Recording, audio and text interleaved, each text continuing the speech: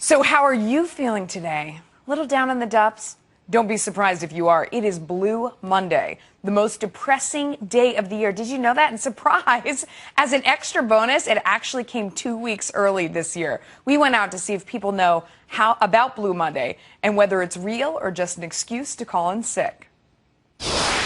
Blue Monday? It's a song by Dire Straits.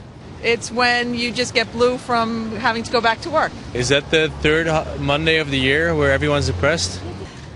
Well, if I say I do, then I'll feel more depressed. I'll say, no, I'm feeling fine. Just not quite up to speed. Not depressed. I'm glad the holidays are over. Right, there you go. That's one way to look at it. Let's go to our super excited Money Talker panel to weigh in on this. Kathryn Minshew, Robi, Ludwig, and ARI ZOLDAN are with us. What do you guys think? Did you feel depressed today?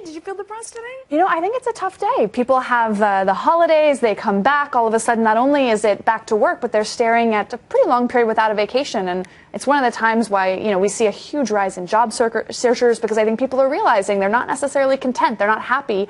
They're looking for a new job, and they start feeling that depression. I hear you. I understand that, but I mean, it was my kids' first day back to school. I was like, woohoo! Parents are different. They're like, it's Monday. Right. I can work less. They're back to school. I'm back at work. I'm, looking at a new year and what I want to achieve this year. You're with me, right? Yeah, I mean, I think it's, well, I don't know. I don't 100% agree with you. I think it's a little bit doom and gloom. I know my employees, as CEO of a company, I see that there's just a sluggish pace going on, and it's a little bit concerning.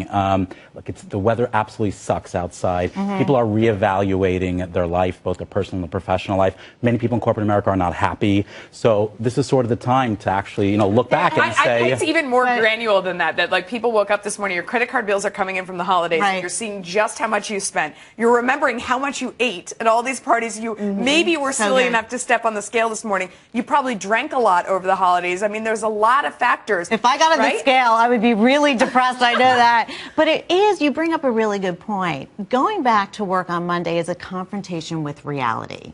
So there is something about the weekend or even vacation where we give ourselves permission to have fun.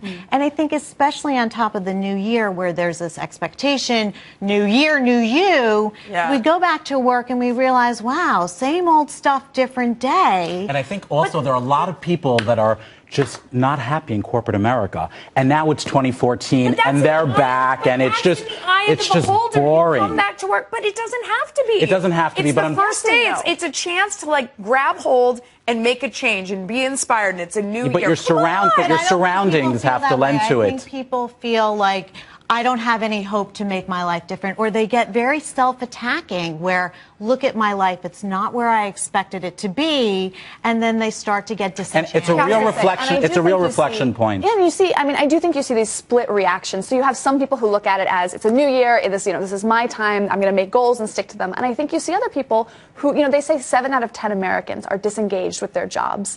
So that leaves a massive number. That's a big problem. And I just want to add, and they're saying they want to make a change. Seasonal affective disorder, it's dark early, well, not having the light, also impacts. So you have this additive effect of people overeating, overspending, feeling their lives should be different, and it's not different, and it's dark and cold out, at least in I showed up 3 hours late to work, and my wife turned to me, she goes, either you get out of bed or you're on daddy duty. Wait, so I was in that car pretty quickly. And you're CEO. And I'm the CEO. Right. So I'm not setting a great example. Wait, Ari, you were 3 hours late to work today? What did people say to you? It was actually 3.5. I said I was at an appointment.